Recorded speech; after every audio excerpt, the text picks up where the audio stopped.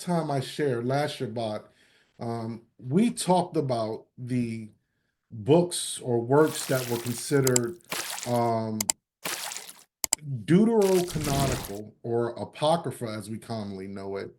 And we also talked about pseudepigrapha.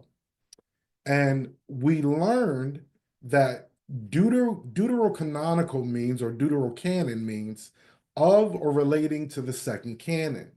And I read the prologue to one of these books. It was the book of Ecclesiasticus. And we learned that at that time, or at the time of its writing, there was already an established canon in place.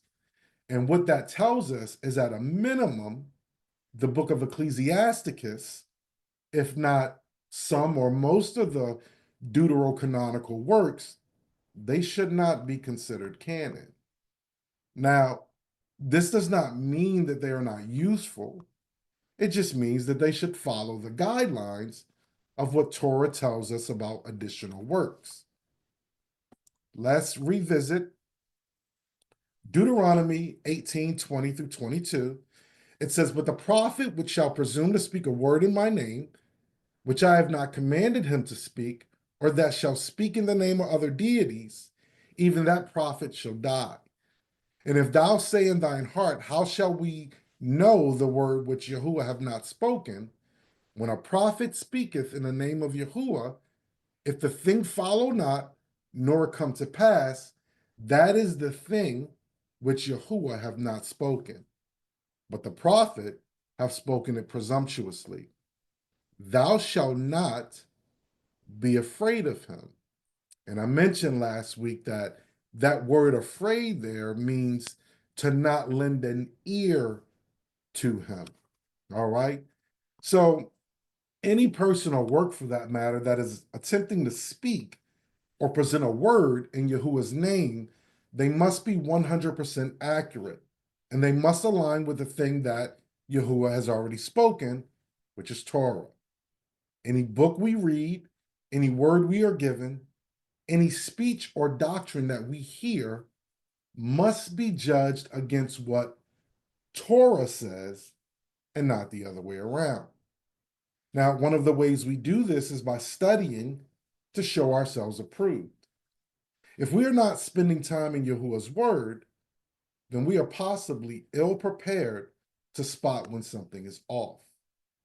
We can find ourselves in a position of relying too heavily on what we think we learned from our parents, our pastors, teachers, the world about Yahuwah's word, and not what we see in the scriptures.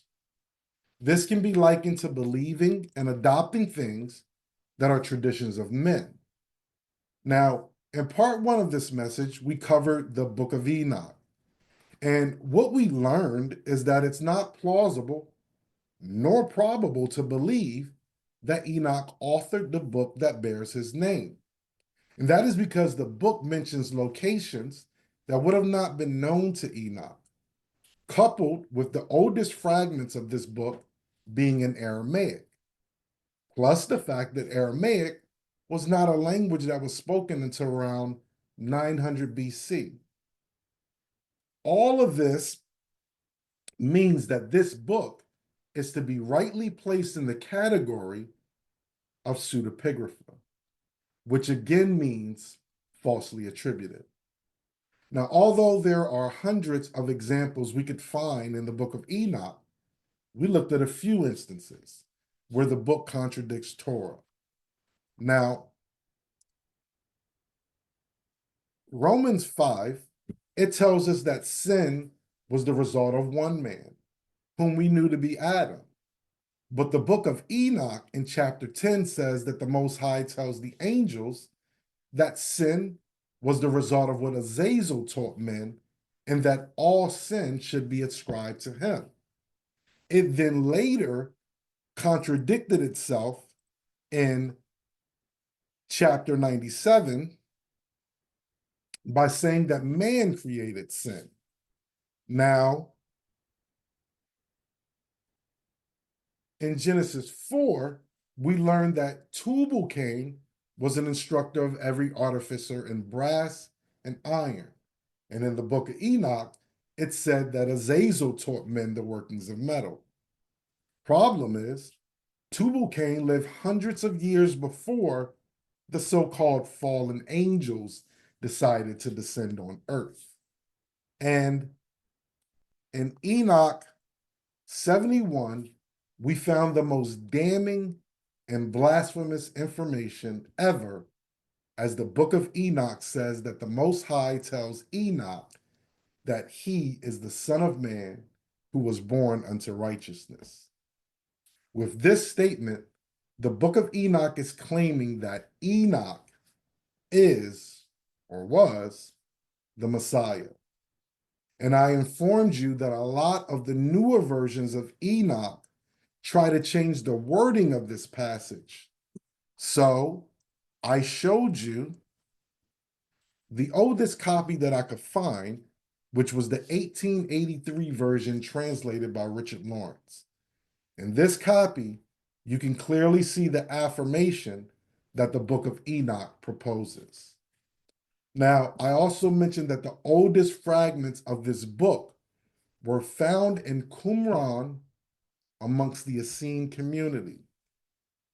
Those fragments date to somewhere around 200 to 100 BC and the Second Temple period.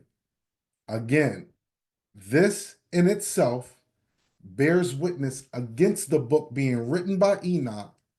And lastly, I informed you that the book of Enoch is highly revered in mysticism. This includes Jewish mysticism, Celtic, Egyptian, and other mystic cults, as well as witchcraft and satanic worshipers as well. So today, we are going to be picking up with the second portion, the book of Enoch, Jubilees, and Jasher, part 2. Because we've spent a significant amount of time previously looking at some of the foundational things and seeing what it is we should be looking for as it pertains to a false work or false prophet, the remaining 2 books should be fairly easy to judge, as long as we remember that anyone or anything that claims to speak a word in Yahuwah's name must be 100% accurate. So let's start by reading the verse where the name and the idea of the book of Jubilees actually comes from. Leviticus 25, 8 through 10, it says, "And thou, or you, shall number 7 Sabbaths of years unto thee, 7 times 7 years, and the space of 7 Sabbaths of years shall be unto thee 49 years. Then shalt thou cause the trumpet of the Jubilee, or the Yobel, to sound on the 10th day of the 7th month. In the day of atonement shall ye make the trumpet sound throughout all your land. And ye shall hallow the 50th year and proclaim liberty throughout all the land unto all the inhabitants thereof. It shall be a jubilee unto you, and ye shall return every man unto his possession, and ye shall return every man unto his family." Now, the book of Jubilees attempts to lay out a history of division of days and events of years and weeks of years based around the Jubilee cycle. The book of Jubilees, its authorship is attributed to Moshe. But even that can be a bit confusing because in Jubilees 1:5, we read, "And Moshe was on the mount 40 days and 40 nights. And Elohim taught him the earlier and later history of the division of all the days of the Torah and of the testimony." And in verse 8, he says, and do thou write for thyself, he's speaking to Moses, all these words which I declare unto thee this day. For I know their rebellion and their stiff neck, before I bring them into the land of which I swear to their fathers, to Abraham and to Yitzhak and to Jacob, saying, unto your seed will I give a land flowing with milk and honey. And also, verse 27, and do thou write down for thyself all these words which I declare unto thee on this mountain, the first and the last, which shall come to pass in all the division of the days, in the law and in the testimony, and in the weeks and in the jubilees until eternity, until I descend and dwell with them throughout eternity. But in this same chapter, in verse 28, we read, and he said to the angel of the presence, write for Moshe from the beginning of creation till my sanctuary has been built among them for all eternity. So who is it that wrote this book? Moshe or the angels? Another point I want to show you before we actually get into the hard evidence, it occurs in chapter 4 and in verse 16. It says, and in the 11th Jubilee, Jared took to himself a wife, and her name was Barakah, the daughter of Rashuel, a daughter of his father's brother, in the 4th week of this Jubilee, and she bare him a son in the 5th week in the 4th year of the Jubilee, and he called his name Enoch.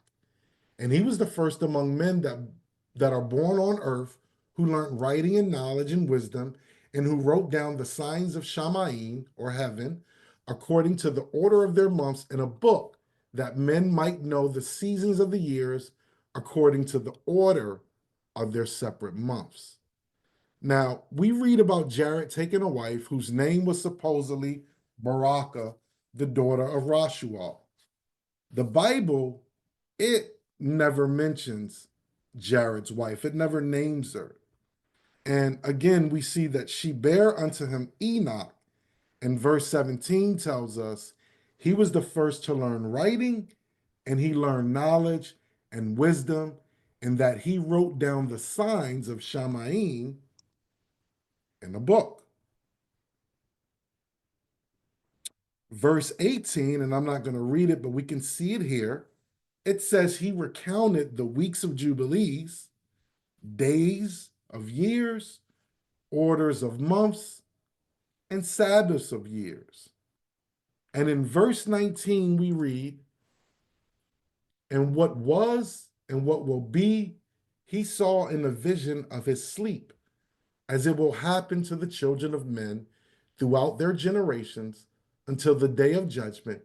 He saw and understood everything and wrote his testimony and placed the testimony on earth for all the children of men and for their generations.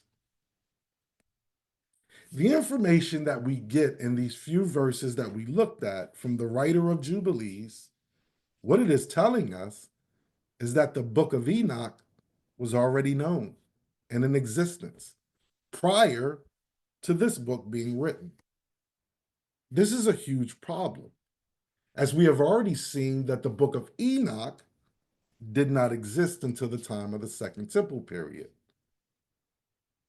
Now, the book of Jubilees, it's also known as Little Genesis, and it supposes to cover the same time period as the book of Genesis, up until Moshe receives the commandments. So let's get into some of this evidence that we can find against the book of Jubilees. This first portion I've titled, Who Was Potiphar? Jubilees 39:2. And Joseph was 17 years old when they took him down into the land of Egypt. And Potiphar, a eunuch of Pharaoh, the chief cook, bought him. Now, if Potiphar was a eunuch, this might actually explain a lot concerning the situation that arises with his wife trying to sleep with Joseph. But this is not what the Bible tells us. Genesis 39:1. And Joseph was brought down to Egypt, and Potiphar, an officer of Pharaoh, captain of the guard, an Egyptian, bought him of the hands of the Ishmaelites, which had brought him down thither.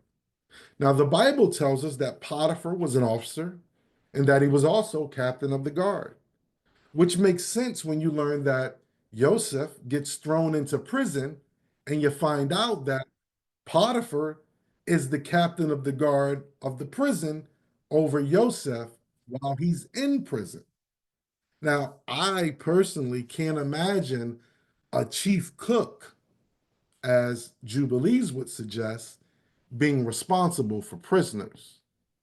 But nevertheless, this is what Jubilees attempts to assert. Jubilees 39:14.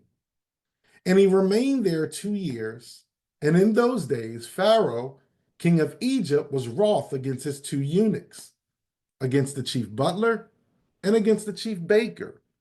And he put them in ward in the house of the chief cook, in the prison where Joseph was kept. Now, let me show you something that may explain where the book of Jubilees may have gotten this idea of Potiphar being a eunuch from.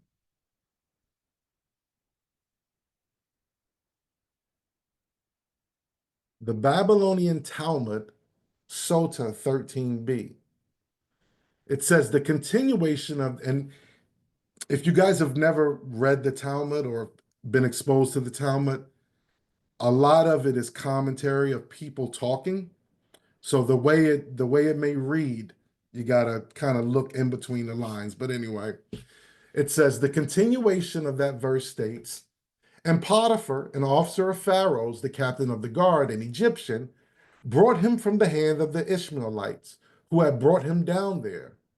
Rav says he, this is Potiphar, purchased the handsome Joseph for himself for the intended purpose of homosexual intercourse, but was unable to fulfill his desires as the angel Gabriel came and castrated Potiphar. Then Gabriel came again and further mutilated him in the same part of his body. This is alluded to in the verses that write Potiphar's name differently. Initially, it is written Potiphar, and in the end, it is written Potipharah. The change in his name indicates that part of himself was mutilated. Wow. The only thing Jubilees and the Talmud doesn't tell us is whether Potiphar was planning to be the quarterback or the wide receiver. Now, the Bible, it does not present Potiphar and Potipharah as the same person. In Genesis 41:45, we read, and Pharaoh called Joseph's name Zaphnath Paneah, and he gave him to wife Asenath, the daughter of Potipharah, priest of On. And Joseph went out over all the land of Mitzrayim, or Egypt. In Genesis, Potipharah is a priest, and he has a daughter. Now, if Potiphar is a eunuch, as Jubilee suggests, then how does he have a daughter? And why does he even have a wife for that matter? Now, that's just me speculating about the wife and the daughter. Maybe, possibly, they may have come before he was turned into a eunuch. Jubilees 40:10. And the king called Joseph's name Sethan to fans, and gave Joseph to wife the daughter of Potiphar, the daughter of the priest of Heliopolis, the chief cook. Okay, so now we find out that Potiphar is not only a eunuch and a chief cook, but he is also a priest of Heliopolis. And let's not forget, he was also in charge of the prisoners. Anyway, with anyone that truly studies, this name here, Sephataphanes, given to Yosef, it doesn't even sound Egyptian, nor does it match with what we know from this account in the Bible. But what is interesting is I was curious, so I took this name and I searched for its meaning, and this is what I got.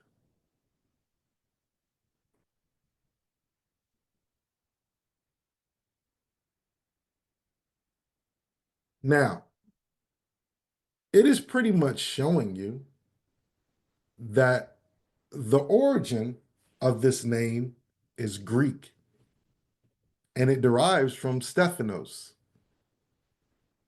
Why Jubilees has distorted the story of Potiphar and Yosef, I don't know. But what I can see is that this is a contradiction from what we are told by Yah and his word about this story.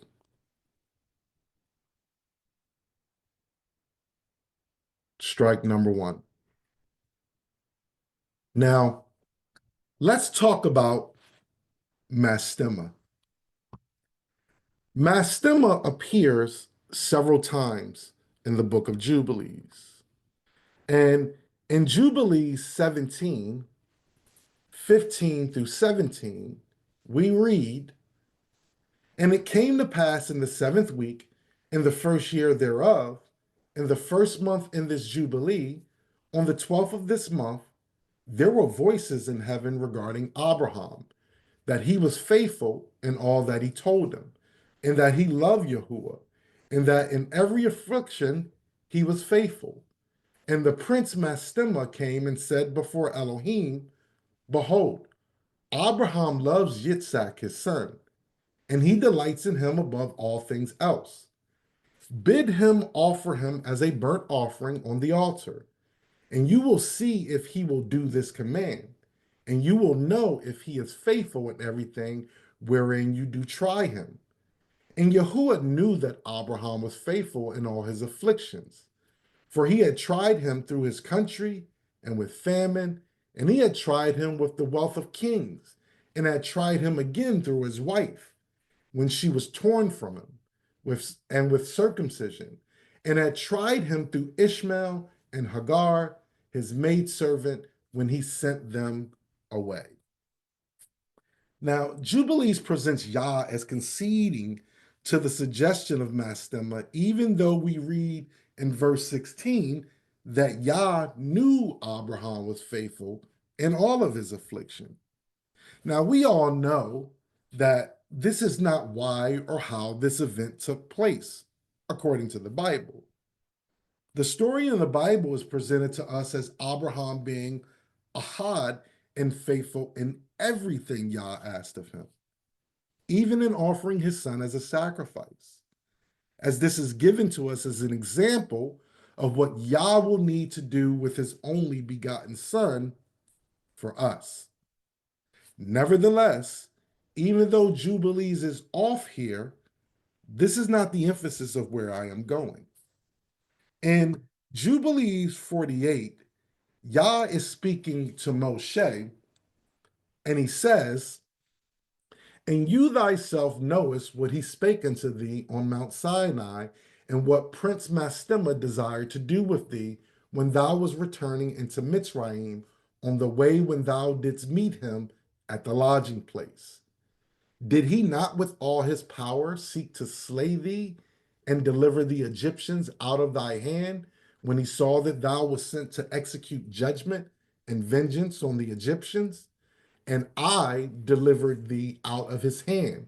And thou didst perform the signs and wonders which thou wast sent to perform in Mitzrayim against Pharaoh, and against all his house, and against his servants and his people. So here we're seeing that uh, Prince Mastema is supposedly meeting Moshe at the lodging place. Now, what Jubilees is speaking about here is the encounter by the way in the inn. And we can find this event in the Bible in Exodus 4. It says, "And it came to pass by the way in the inn that Yah met him and sought to kill him. Then Zipporah took a sharp stone and cut off the foreskin of her son and cast it at his feet, and said, Surely a bloody husband art thou to me. So he let him go. Then she said, A bloody husband thou art because of the circumcision." So who was it that Moshe met by the way in the inn? Jubilee says it was Mastema. Exodus says it was Yah.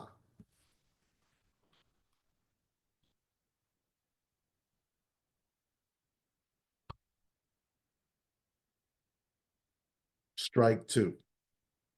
So the story of Mastema in the end, this is the second time that the book of Jubilees has distorted the word of Yah. And it is not only strike two, but it is in direct violation of adding to or taking away from Torah. Proverbs 30, 5 through 6. Every word of Elohim is pure. He is a shield unto them that put their trust in him.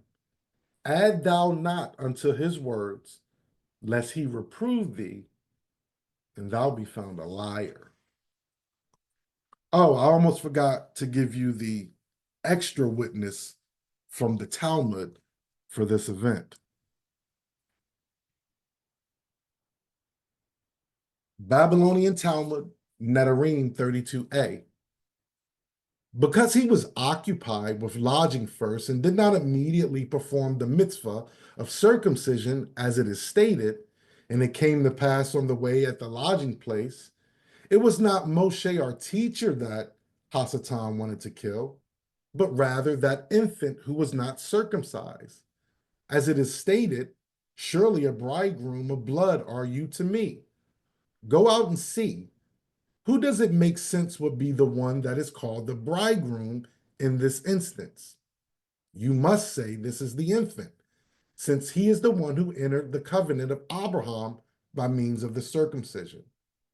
At the time that Moshe, our teacher, was negligent about the circumcision, the destructive angels named Af, meaning anger, and Hema, meaning wrath, came and swallowed him, and only his legs were left outside.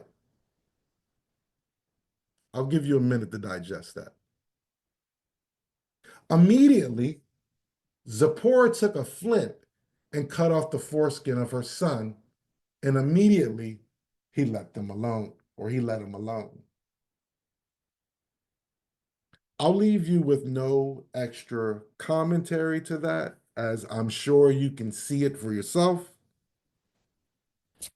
It is what it is. I don't make this stuff up, I just read it. Now, I debated for a while within myself as to what to give to you for a third witness. And trust me, there is plenty to choose from. I could have did the angels placing Adam in the garden, and then they later place Eve. Or I could have did the story of Jacob killing Esau by shooting him with an arrow. But what I decided to do was an easy one for the sake of time. Reuben and Bilhah. Now, the encounter of Reuben and Bilhah, it takes up one verse in the Bible, in the book of Genesis, chapter 35. And it came to pass when Yasharah dwelt in that land that Reuben went and lay with Bilhah, his father's concubine. And Yasharah heard it. Now the sons of Yaakov were 12. That's all it says. It is more than likely Yahuwah's will that he not give us any more detail to this event. Anything beyond what we read in this verse it would be in violation of Deuteronomy 4 and 12 by adding to the word of Yah. In addition, it is only our fleshly desires that drives us to want to know the details of this event, so that in our minds, maybe we can pinpoint guilt or pass judgment in this matter. Jubilees 33, 2 through 8. And Reuben saw Bilhah, Rachel's maid, the concubine of his father, bathing in water in a secret place, and he loved her. And he hid himself at night, and he entered the house of Bilhah at night, and he found her sleeping alone on a bed in her house. And he lay with her, and she awoke and saw, and behold, Reuben was lying with her in the bed. And she uncovered the border of her covering and seized him, and cried out and discovered that it was Reuben. And she was ashamed because of him, and released her hand from him, and he fled. And she lamented because of this thing exceedingly, and did not tell it to anyone. And when Yaakov returned and sought her, she said unto him, I am not clean for thee, for I have been defiled as regards thee. For Reuben has defiled me, and he has lain with me in the night, and I was asleep, and did not discover until he uncovered my skirt and slept with me. And Yaakov was exceedingly wroth with Reuben because he had lain with Bilhah, because he had uncovered his father's skirt. Now, I don't know if you guys saw it, but in the beginning, it says that she uncovered the border. But when she tells it to Yaakov, Reuben uncovered the border. But that's not the point.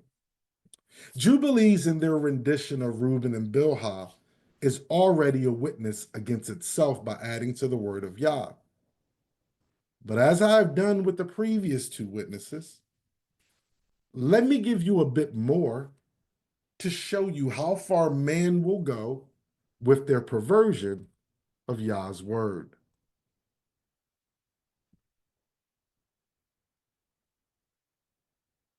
Testament of the 12 Patriarchs, Reuben's version, chapter 3, 11 through 15. For I had not seen Bilhah bathing in a covered place. I had not fallen into this great iniquity. For my mind, taking in the thought of the woman's nakedness, suffered me not to sleep until I had wrought the abominable thing. For while Jacob our father had gone to Yitzhak his father, when we were in Adar, near to Ephrath in Bethlehem, Bilhah became drunk and was asleep, uncovered in her chamber. Having therefore gone in and beheld her nakedness, I wrought the impiety without her perceiving it. And leaving her sleeping, I departed. And forthwith an angel of Elohim revealed to my father concerning my impiety, and he came and mourned over me and touched her no more. Now, supposedly, Reuben says in his testament that Bilhah was uncovered and that he did the deed without her even knowing it.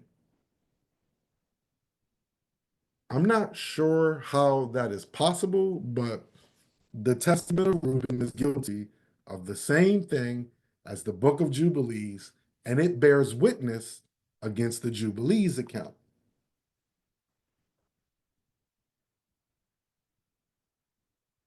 Babylonian Talmud, Shabbat 55b, 6. Having mentioned the sins of some of the significant ancestors of the Jewish people, the Gemara now addresses several additional ancestors.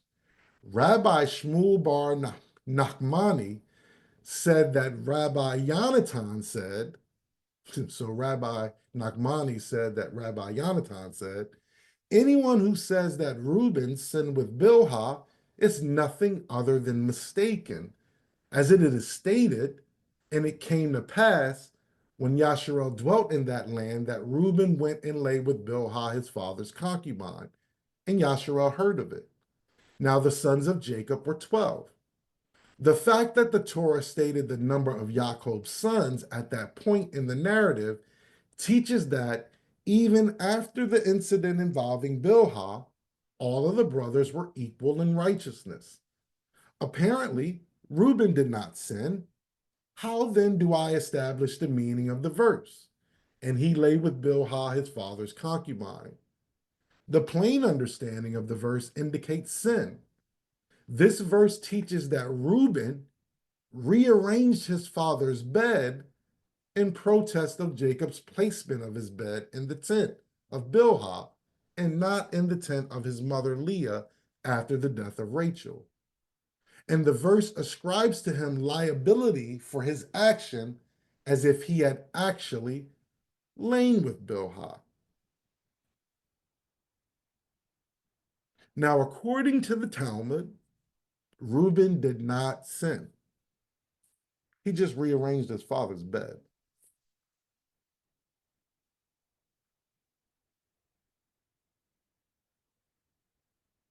Deuteronomy 22:30. A man shall not take his father's wife, nor discover his father's skirt. 27:20. Cursed be he that lieth with his father's wife, because he uncovereth his father's skirt. And all the people shall say, Amen. 1 Chronicles 5:1. Now the sons of Reuben, the firstborn of Yasharel, for he was the firstborn, but forasmuch as he defiled his father's bed, his birthright was given unto the sons of Joseph, the son of Yasharel, and the genealogy is not to be reckoned after the birthright.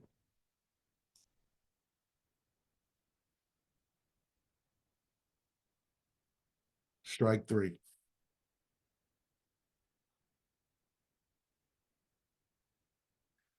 The oldest known fragments of the Book of Jubilees were also found in Qumran amongst the Dead Sea Scrolls.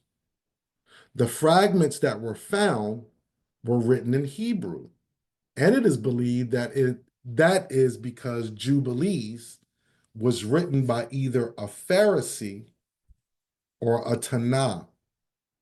If you remember from when I was doing Enoch, a Tanakh is a rabbinical sage and what is called a Merkabah chief or a chief in Jewish mysticism. Because of Jubilee's reference to Enoch being written, the language used in it and its similarities to Talmud, which didn't exist until after the Yahudim left Babylon, we can definitively date Jubilees to the Second Temple period, more than likely close to the Hellenization period and the Maccabean Revolt, because of its use of many Greek terms and names. As with Enoch, there are hundreds of discrepancies in the Book of Jubilees. I have just given you a few.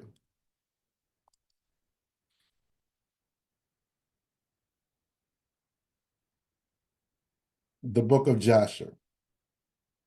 How many of you, when you first discovered the Book of Jasher, thought Jasher was the name of a person? Because honestly, I can say that I did at first as well.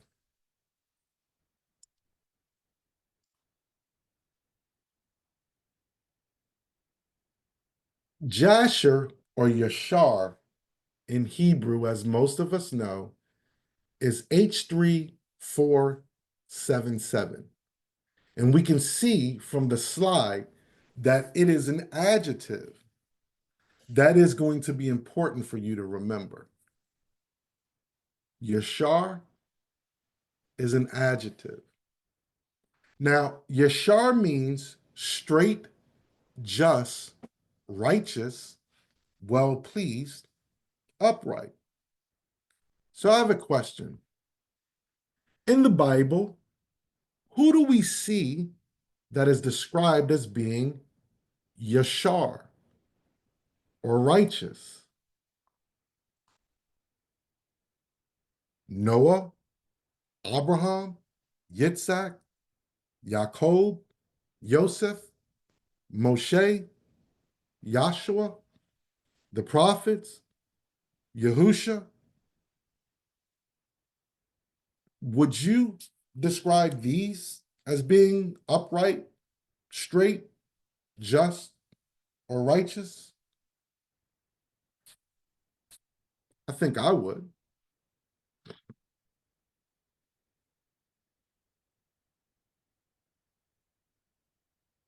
There are actually no ancient fragments, and I'm going to leave this up so you guys can read it if you want. There are no ancient fragments of the book of Jasher. Now, there are several books that claim to be the book of Jasher, but the oldest known copy of the book of Jasher appeared in Naples, Italy in 1552 as a copy of the Midrashim Safar HaYashar. In 1750, the book was translated into English and published by Flaccus Albanus of Britain, who claims that he went on a pilgrimage to the Holy Land in Persia and he discovered it in the city of Ghazna. Now, Ghazna is a city on the border of modern day Afghanistan and Pakistan. His book of Yashar claims that it was written by Yashir or Jesher, who was the son of Caleb, who was the son of Hezron. This book was declared, and I quote, an obvious hoax upon review in the year of its publication.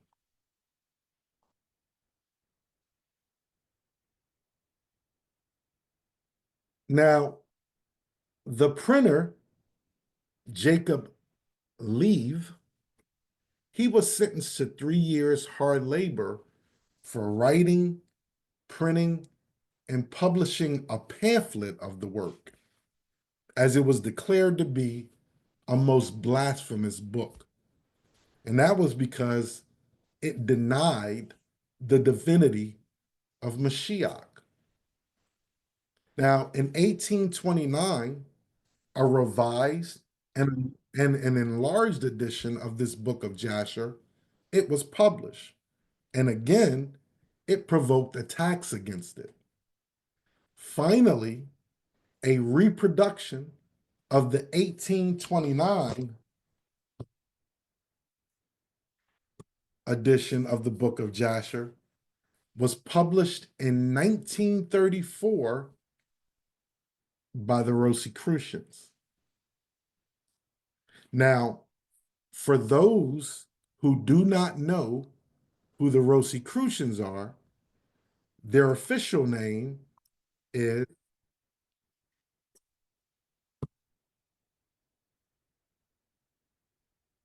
the Ancient Mystical Order Rosicrucis. Now, they existed in Europe from as far back as the 1700s, but they were established in America in 1915 by Harvey Spencer Lewis.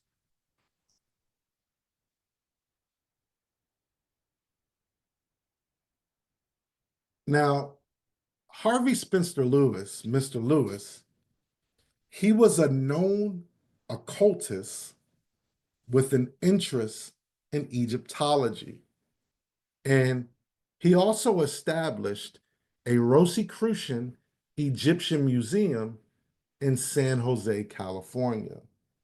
If I'm not mistaken, that museum still exists to this day.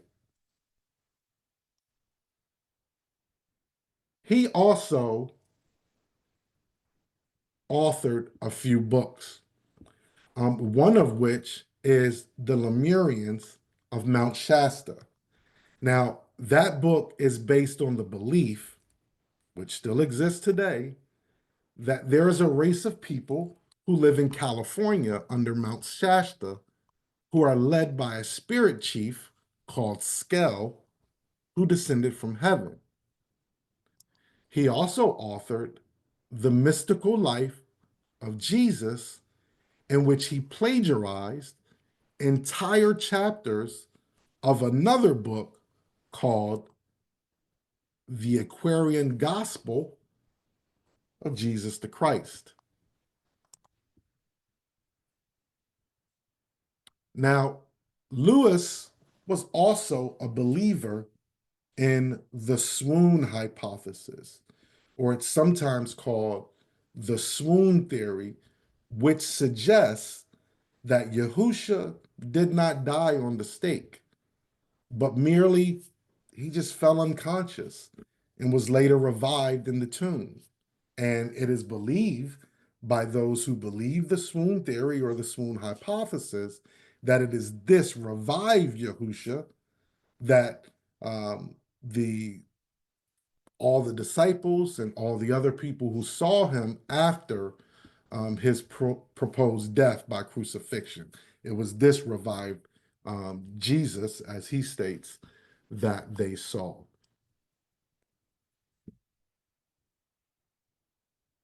Now, all of the teachings and symbolism of the Rosicrucians, they are inspired by or borrowed from the Ordo Templi Orientis. And what is the Ordo Templis Orientis, you might wonder? Well, it was initially founded by German occultists Karl Kellner, Theodor Reuss, Heinrich Klon, Franz Hartmann. But after the death of Theodor Reuss, another English occultist, he assumed control of the organization. Now I don't know if you guys can see it on your screen. It's pretty small on mine, but that little pendant there actually has triple sixes on it.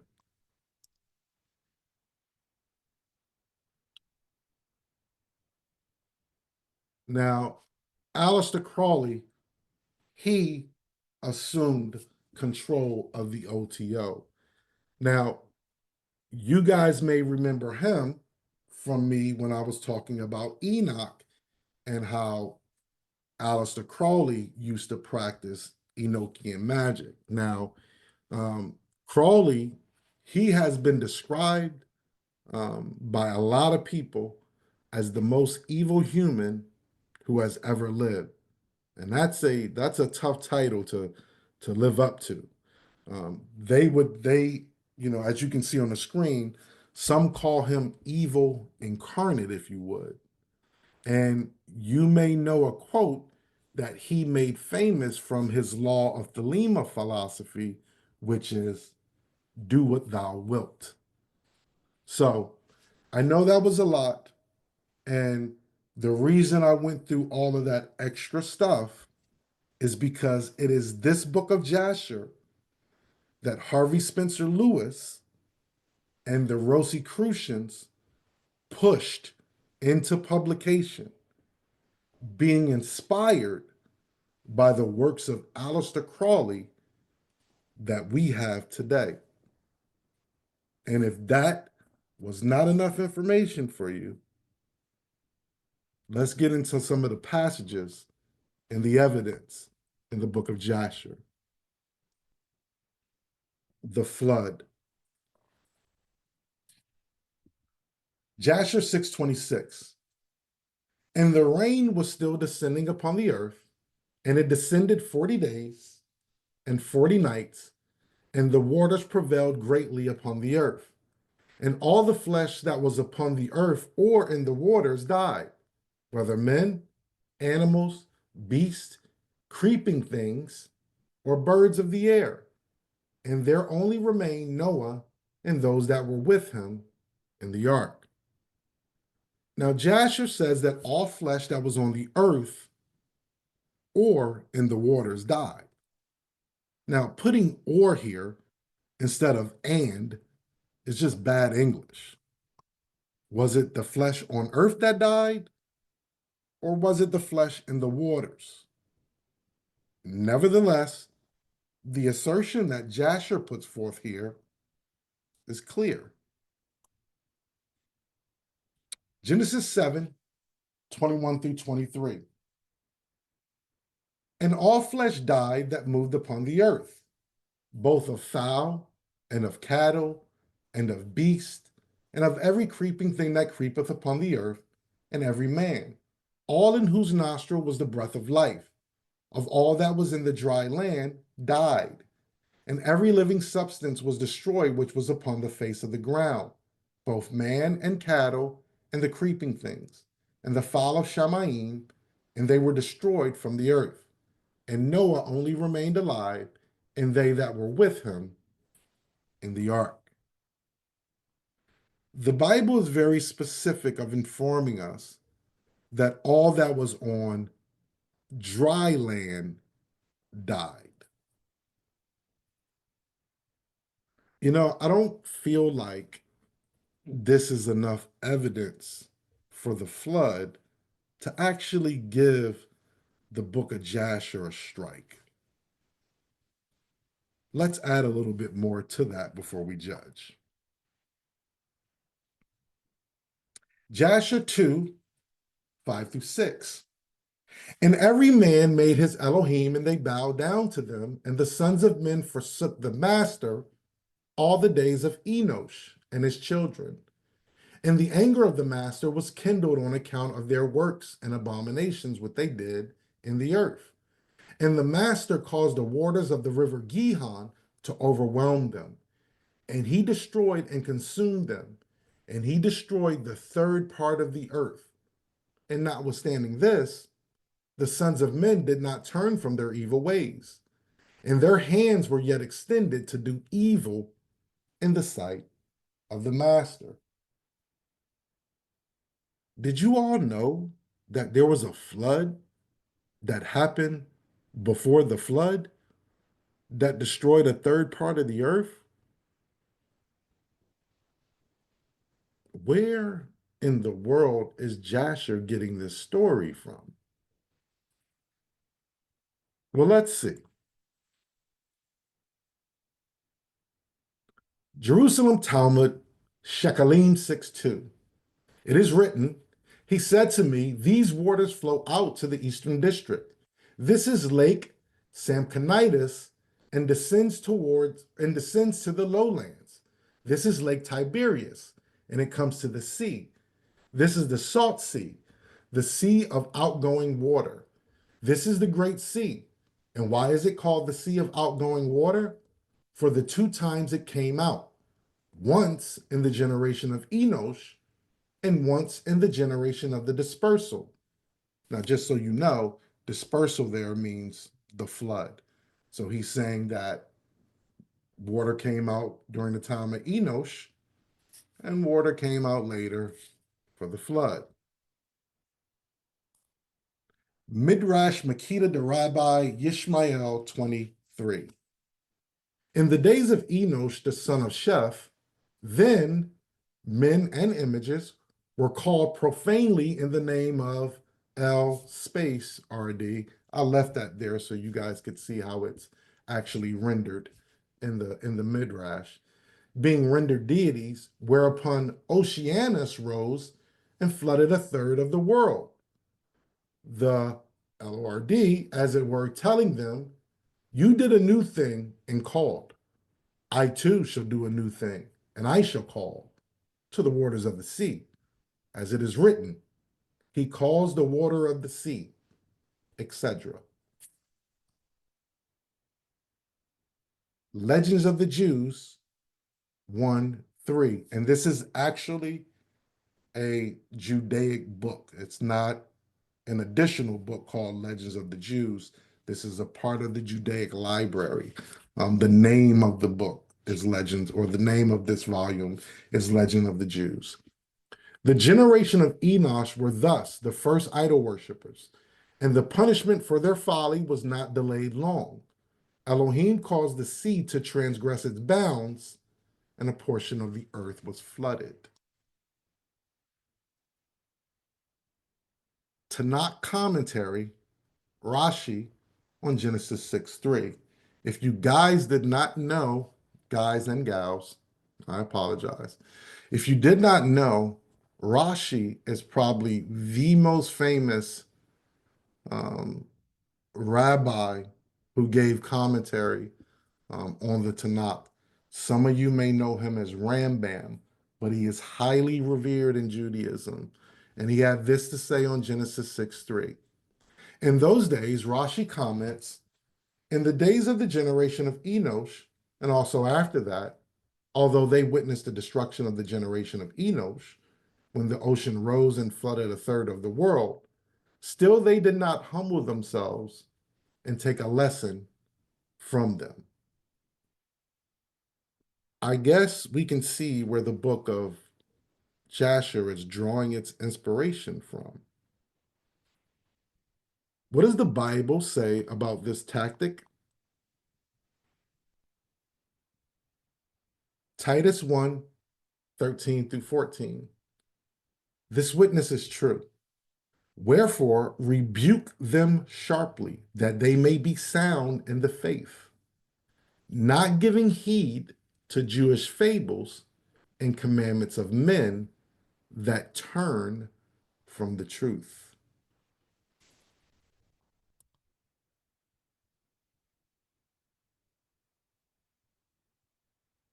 Jasher is guilty of adding to the word of Elohim. Isn't this the same pattern from the book of Jubilees? Borrowing from Jewish fables?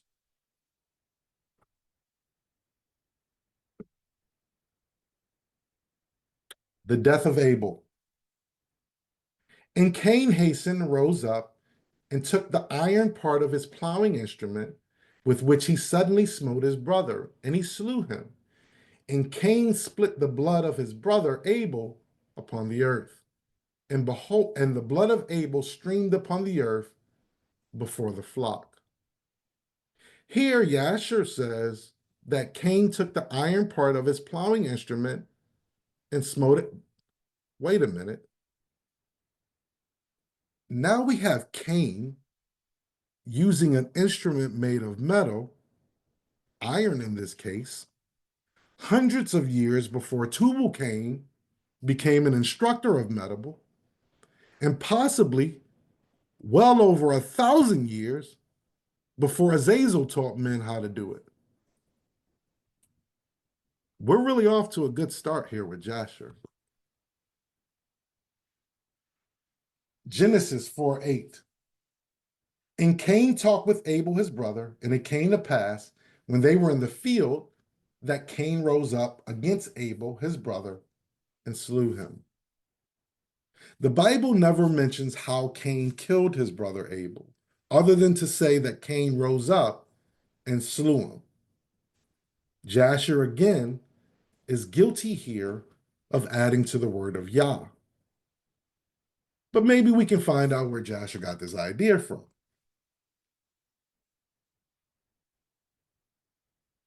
Jubilees 4:31. At the close of this Jubilee, Cain was killed after him in the same year. This is speaking of his father, Adam. For his house fell upon him, Cain, and he died in the midst of this house. And he was killed by its stones. For with a stone he had killed Abel, and by a stone was he killed in righteous judgment. Now, we're already done with Jubilees, And we are still finding discrepancies because the Bible never tells us how Cain died. But Jubilee says that Cain killed Abel with a stone. Now, with all of this information just from Jubilees 431, Jubilees bears witness against Jasher's account. Jasher's account bears witness against Jubilee's account, and the Bible bears witness against both of these.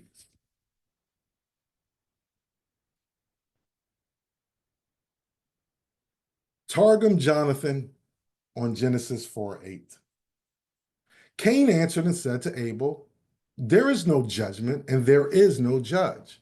There is no next world, and good rewards will not be given to the righteous, and punishment will not be exacted on the wicked. Abel answered and said to Cain, there is judgment, and there is a judge, and there is a next world, and good rewards will be given to the righteous, and punishment will be exacted from the wicked. And in dealing with these matters, they argued on the face of the field. And Cain arose unto Abel his brother and sank a stone into his forehead and killed him. The Targum Jonathan seems to side with Jubilees on this one, so I guess the book of Jasher just came up with, the iron instrument on its own. Nevertheless, all of these are guilty of adding to the word of Yah.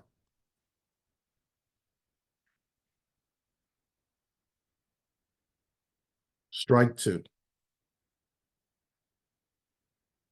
Who named Noah?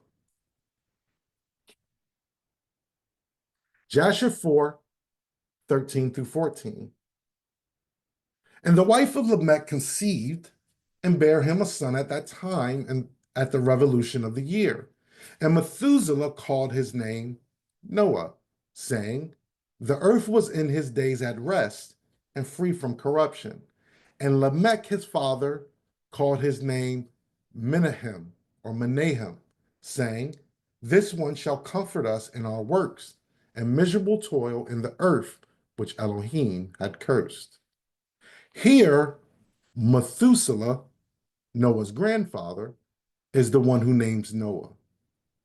His father, Lamech, chooses to call him Menahem. Now, the Bible says, and Lamech lived 182 years and begat a son, and he called his name Noah, saying, this same shall comfort us concerning our work and toil of our hands, because of the ground which Yah hath cursed. Now, Genesis, it says Lamech called his name Noah. Now, what is interesting is the name Menahem is derived from the same word Noah is, Naham. And Naham means to console or comfort. Noah means complete rest. And Menahem, it primarily means consoler or comforter. It's a very, very subtle difference in the names, but vastly different. And here's why. Complete rest, Noah, is tied to the Sabbath, which gives Noah's name, life, and his story a deeper meaning. Now, you can be consoled or comforted in your sin and toil and never get rest. Matter of fact, to console generally means to comfort someone for which you have no power to change their condition or outcome. But if you obtain rest, especially the rest that our King and Savior Yahushua HaMashiach offers, then there is eternal comfort naturally in that rest. Come unto me, all ye that labor and are heavy laden, and I will give you rest. Take my yoke upon you and learn of me, for I am meek and lowly in heart, and ye shall find rest unto your souls. The name Menahem actually appears in the Bible in the book of 2 Kings. King Menahem was a king of Yasharel, or the northern kingdom. He reigned around the time of Azariah, king of Judah. The Bible says in 2 Kings that Menahem did that which was evil in the sight of Yah.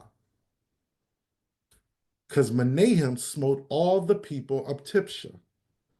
The women who were with child, he ripped them open. Now, the reason I mention this is because 7 years after Menahem became king, Yasharel was placed under tribute by Tiglath-Pileser of Assyria, and the northern kingdom would start going into captivity. It just makes me wonder where the writer of Jasher is pulling his influence from to say that Lamech called Noah by the name of an evil king in Israel.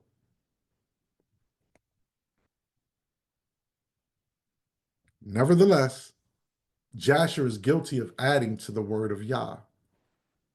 I almost forgot. You probably want to know what the other books has to say about naming Noah. Well, let's look and see. Jubilees 4:28.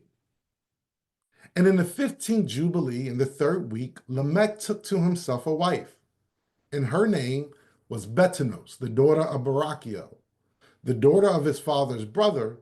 And in the week she bare him a son, and he called his name Noah, saying, This one will comfort me for my trouble and all my work, and for the ground which Yahuwah hath cursed.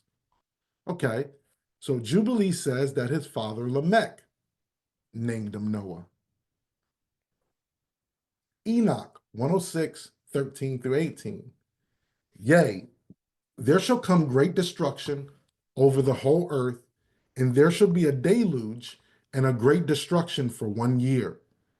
And this son who has been born unto you shall be left on the earth, and his 3 children shall be saved with him, when all mankind that are on earth shall die. He and his sons shall be saved. And now make known to thy son Lamech that he who has been born is in truth his son, and call his name Noah, for he shall be left to you, and he and his son shall be saved from the destruction which shall come upon the earth on account of all the sin and all the unrighteousness which shall be consummated on the earth in his days. Okay, so this is one of the latter portions of Enoch that I alluded to, but I didn't necessarily talk about. Here, Methuselah goes looking for Enoch, who has supposedly already been translated to heaven. Enoch comes down from heaven and appears to Methuselah and tells him to tell Lamech to name his son Noah. So Enoch names Noah, I guess.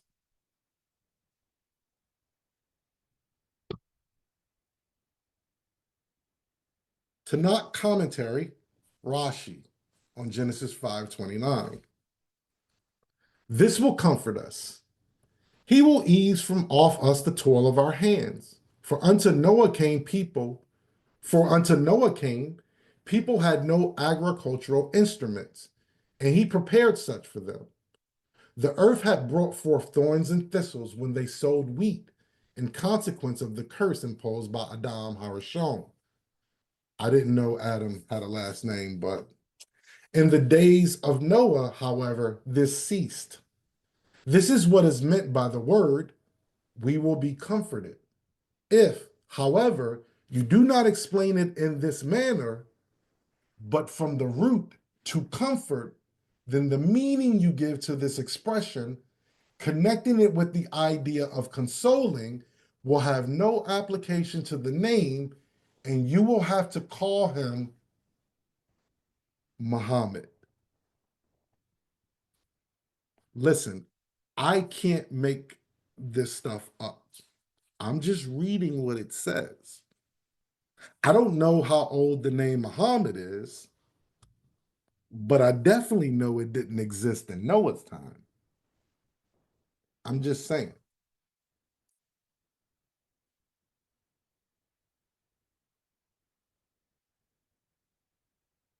The evidence we looked at in the books of Enoch and Jubilees both point to them being written by an anonymous author, more than likely someone with some knowledge of Scripture, possibly a Pharisee, scribe, or Sadducee. They both point to being written after the Yahudim came out of the Babylonian captivity in the Second Temple period, more than likely close to the Maccabean revolt. The evidence in the book of Jasher appears to have drawn heavily from both of these books, as well as additional Jewish fables or legends. There is no record of it ever existing and was more than likely originally a tale from the mind and imagination of another anonymous author. In closing, I know that someone out there, maybe not on this call, but someone out there is going to say, I don't care what he says. The book of Jasher is mentioned in the Bible, so it had to be a book that existed. Now, I told you guys earlier, if you stayed to the end, you were going to get something special.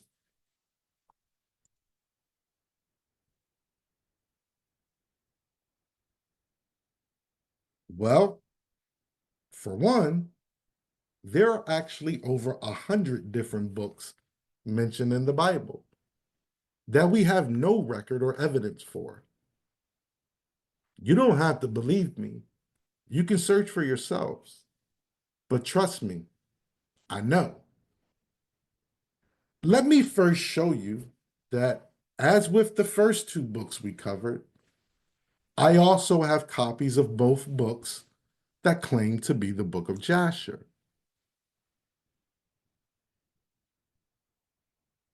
On the left is a screenshot of the 1750 version combined by alchemists who claim to have found it in the Holy Land. Now, you may not be able to see it clearly, but it actually says that in the bottom description. And on the right is the 1915 edition that was put forth and published by the Rosicrucians.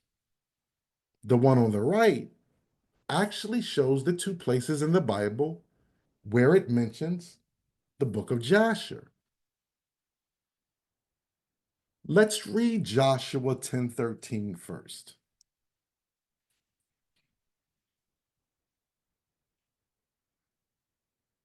And the sun stood still, and the moon stayed, until the people had avenged themselves upon their enemies. Is not this written in the book of Jasher? So the sun stood still in the midst of Shamayim, and hastened not to go down about a whole day. A little information on the book of Joshua. Most of us in our minds, because of the way it is laid out for us in the Bible, automatically believe that the book of Joshua was written by Joshua right after the book of Deuteronomy. This is simply not true. The scholarly and general consensus and the information that we have points to the book of Joshua being compiled, more than likely, by King Josiah somewhere around the 7th to 6th century BCE. Now, remember earlier I told you to remember that Jasher is an adjective. In fact, if you look at the Hebrew behind what is written here, and everywhere it mentions the book of Jasher, it says Sefer HaYashar, book of the Yashar, or book of the upright. And at that time, I asked you if all of those patriarchs were Yashar or upright. And I said, I believe most of them or all of them were. Habakkuk 3:11, 12. The sun and moon stood still in their habitation.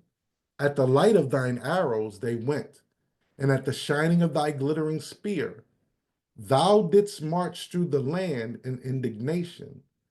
Thou didst thresh the heathen in anger.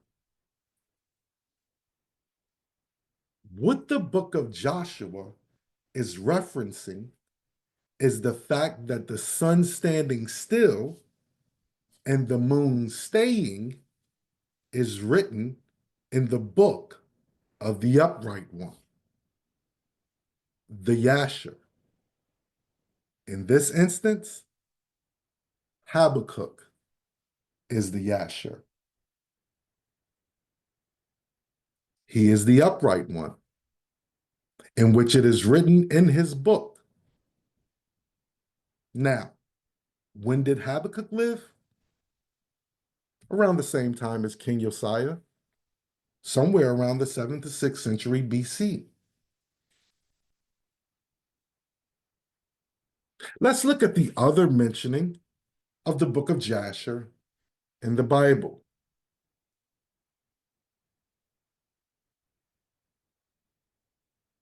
2 Samuel, and this is going to be 1:17 through 18. And David lamented with this lamentation over Saul and over Jonathan, his son. Also, he bade them teach the children of Judah the use of the bow. Behold, it is written in the book of Jasher. This is one of the instances where we can tell that whomever translated our Bibles either tried to fool us or they did not have a complete understanding of our culture. As most of you should know, the italicized portion is added text that was not there in the original. Let's read it again without the italicized portion.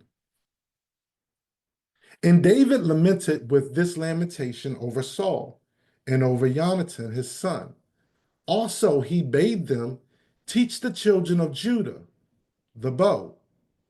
Behold, written in the book of Jasher. If you didn't know this, the bow is a song or a lamentation that King David uttered after the death of his friend Jonathan. It is this lamentation or song that is written in the book of the upright. So where is this written? Well, it is actually written right here. Notice the colon, followed by parentheses for clarification, and the lamentation follows after. The beauty of Yasharel is slain upon thy high places. How are the mighty fallen? Tell it not in Gad. Publish it not in the streets of Ashkelon, lest the daughters of the Philistines rejoice, lest the daughters of the uncircumcised triumph. And this lamentation actually goes down to verse 27 and the end of the chapter. The prophet Samuel, in this case, is the Yashar, and his book is the book of the upright one.